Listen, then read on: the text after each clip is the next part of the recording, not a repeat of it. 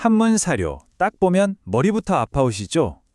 오늘은 이 복잡해 보이는 고문원을 마치 역사가처럼 술술 읽어내는 방법, 그 핵심을 명쾌하게 알려드리겠습니다.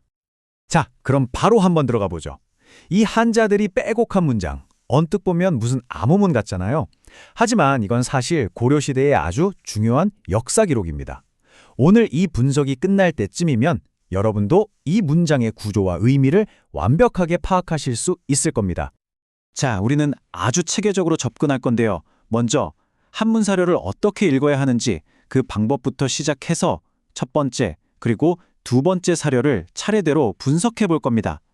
그리고 이 문법을 통해 고려 사회는 과연 어떤 사회였는지 그 숨은 의미까지 파헤쳐 보고요. 마지막으로 오늘 배운 핵심 구조들을 다시 정리하면서 마무리하겠습니다. 네, 그럼 첫 번째 분석, 바로 국자감 시에 대한 내용부터 시작하겠습니다. 고려의 국립대학이었던 국자감, 그리고 그곳에서 치러진 시험은 과연 어떤 모습이었을지 한번 자세히 들여다보죠.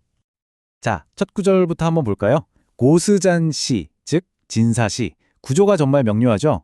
국자감시는 이게 주어고요. 곧 진사시이다 이겁니다. 그러니까 A는 B다 이렇게 동일한 관계를 나타내는 가장 기본적인 문장 형식이라고 할 수 있죠. 다음 문장은 묵종시치이다. 이건 주어, 부사, 서술어 구조의 아주 전형적인 예시예요.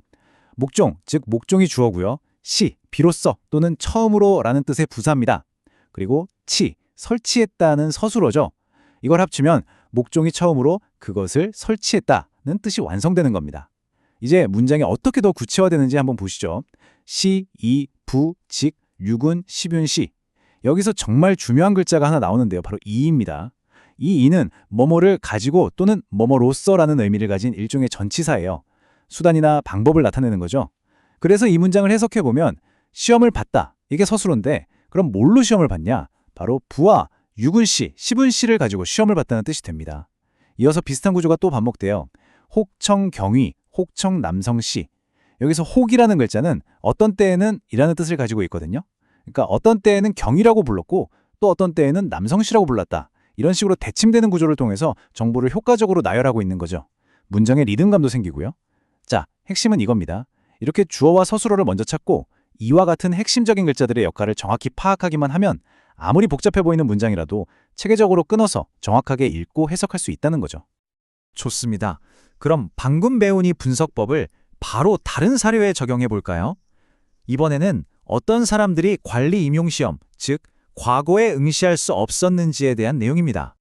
이 문장은 구조가 좀 특이합니다. 문장 맨 앞에 시험 자격이 없는 사람들을 아주 길게 쭉 나열하고 있어요.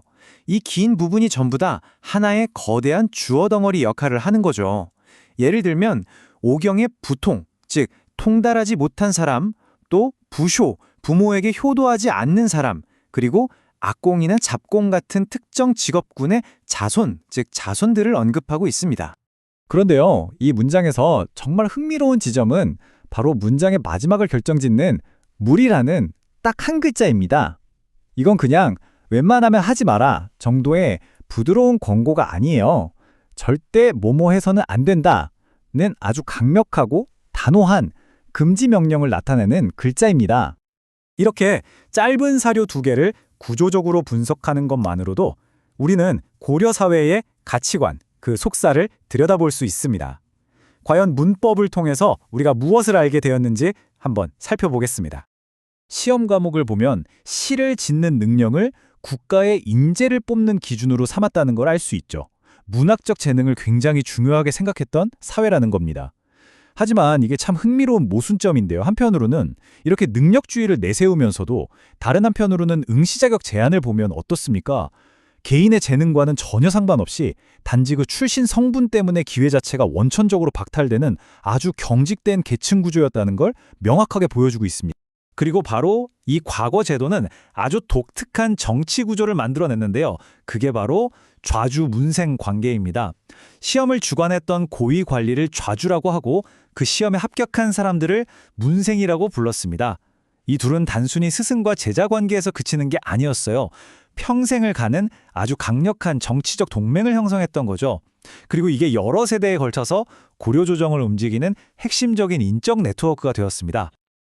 자, 그럼 오늘 우리가 찾아낸 한문 해독의 열쇠, 그 핵심적인 구조 패턴들을 다시 한번 빠르게 짚어보겠습니다. 이것들이 바로 여러분이 앞으로 한문을 해독할 때 사용할 새로운 도구 상자가 될 겁니다. 이 네 가지 핵심 패턴 꼭 기억해 주세요. 첫째, A는 B다. 국자간시, 즉 진시시처럼 동일 관계를 나타내는 구조. 둘째, 주어와 서술어 중심의 단순한 행위를 나타내는 구조. 묵종시 지리, 목종이 처음으로 설치했다. 셋째, 이를 사용해서 수단이나 방법을 설명하는 구조. 시, 이, 부, 부를 가지고 시험 보았다.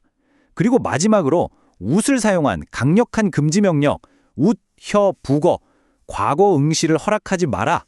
이 네 가지만 확실히 알아둬도 정말 많은 한문 문장들을 쉽게 풀어낼 수 있습니다. 어떠세요? 한때는 그저 해독 불가능한 글자들의 나열로 보였던 것이 이제는 여러분이 직접 풀 수 있는 열쇠를 선해주는 아주 흥미로운 퍼즐처럼 보이지 않으신가요? 결국 진짜 이야기는요, 단어 하나하나의 뜻에만 있는 게 아닙니다. 그 단어들을 엮어서 하나의 의미를 만들어내는 바로 그 구조 속에 진짜 이야기가 담겨 있는 법이거든요.